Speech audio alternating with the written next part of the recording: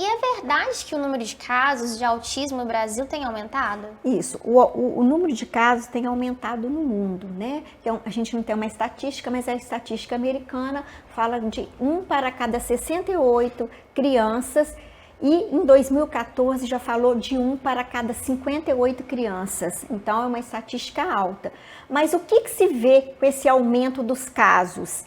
Né? O que se tem falado que o aumento do caso, porque agora se faz mais diagnóstico, porque agora nós temos mais ferramentas para diagnóstico, nós temos mais profissionais pensando isso.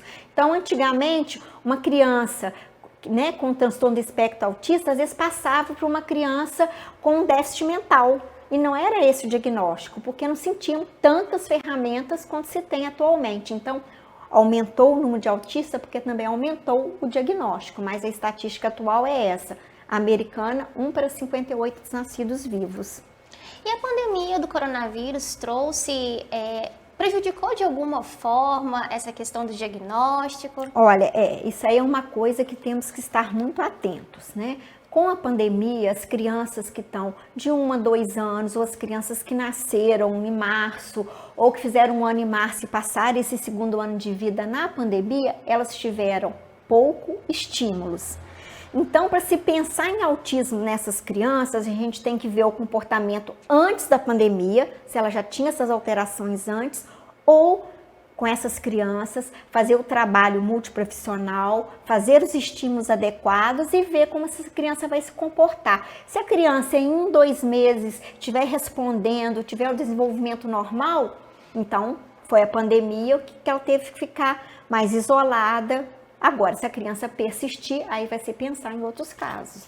Mas é muito interessante a gente ter atenção a essa questão da pandemia, para não dar diagnóstico a mais de transtorno de espectro autista e ter atenção a esses estímulos que faltaram para essas crianças nesse tempo que a gente está mais confinado. Então, a família não precisa se preocupar, então, assim, né, nesse primeiro momento, porque teve a pandemia, Exatamente. né? O que acontece? A família tem que estar alerta, levar isso para os profissionais para ver esse trabalho de estímulo para se fechar o diagnóstico.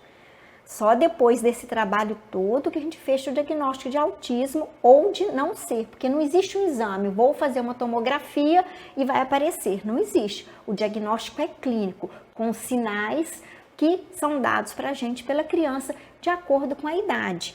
Ou a perda, tipo assim, uma criança que já senta sozinha, que antes balbuciava, de repente parou. Então, todo o desenvolvimento que é perdido, que a criança fazia e deixou de fazer, é um alerta, né? Então, são várias coisas que a gente tem que ter atenção.